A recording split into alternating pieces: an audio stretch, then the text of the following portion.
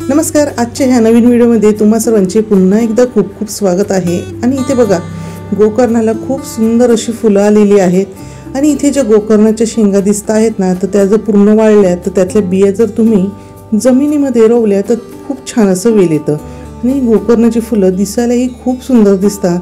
तर आता ही मी देवपूजा झाल्यावर देवाला वाहणार आहे। त्याचबरोबर आज बाजारात गेलेले होते आणि खूप सारे वाटाणे इथे आणलेले।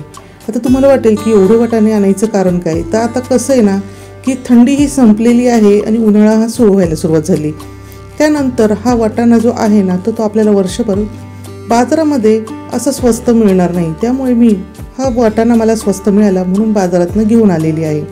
आता सुरुवातीला हा वाटाणा मी सोलून घेणार आहे आणि ह्या वाटाण्याची मी कोणतीही रेसिपी करणार नाही, तर हा वाटाणा आपल्याला वर्षभर असा टिकवायचा आहे। त्यासाठीच आता मी वाटाण्याच्या शेंगा या सोलून घेणार आहे। आता वाटाणा जर वर्षभर टिकवायचा असेल तर खूप महत्त्वाची टिप म्हणजे वाटाण्याचे जे शेंगा आहेत ते आपल्याला व्यवस्थित बघून घ्यायचे आहे, म्हणजे त्याच्यातले दाणे सुद्धा अगदी छान असे निघतील। आता वाटाणे साठवताना शक्यतो आपल्याला जे टपोरे आणि पूर्ण तयार झालेले जे वाटाणे आहे ना तेच घ्यायचे आहे। अगदी कोवळे असे वाटाणे इथे वापरायचे नाही तर मग अशा वेळेस आहे ना हे जे ओले वाटाणे आहेत तर ते लवकर खराब होऊ शकतात।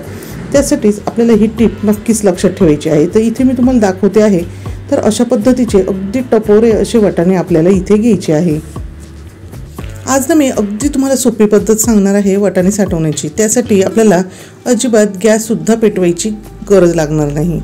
पण आज ना वाटाणे साठवताना माझ्याकडनं एक चूक झाली, ते म्हणजे की मी वाटाणे सोलून ठेवले पण लगेचच ते मी साठवून ठेवले नाही, त्यामुळे त्याला हलकेसे असे कोंब यायला लागलेले आहे। पण तुम्ही हे अजिबात करायचे नाही बरं का।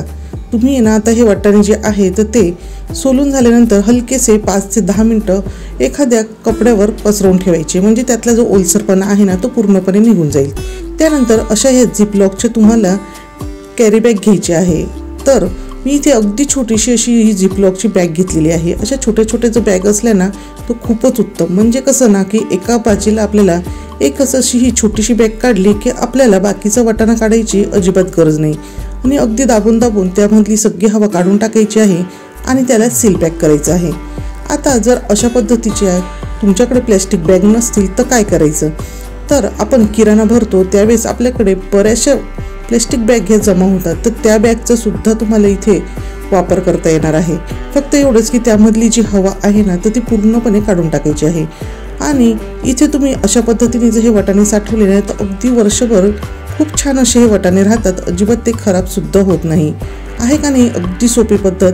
फक्त या ठिकाणी तुम्हाला वाटाणे सोलल्यावर लगेचच हे बॅगमध्ये भरून ठेवायचे आहे। आता हे मी 2 ते 3 दिवसांनी भरते आहे ना तरीसुद्धा हे वाटाणे अगदी छान असे फ्रीजमध्ये टिकणार आहे। आता हे वाटाणे अशा पद्धतीने बॅगमध्ये भरून झाल्यानंतर आपल्याला ह्या ज्या बॅग आहेत तर त्या डीप फ्रीजमध्ये ठेवायचे आहे, म्हणजे ज्या ठिकाणी बर्फ जमा होतो, बर्फ तयार होतो त्या ठिकाणी आपल्याला ह्या बॅग ठेवून द्यायची आहे। आणि ज्यावेळेस लागेल त्यावेळेस अगदी 5 ते 10 मिनटं अगोदर बाहेर काढायचे आहे आणि आवश्यकतेनुसार हे ओले वाटाणे घेऊन लगेचच ही उरलेल्या वाटाण्यांची बॅग जी आहे तर ती फ्रीझरमध्ये ठेवायची आहे, म्हणजे हे ओले वाटाणे छान असे वर्षभर टिकतील।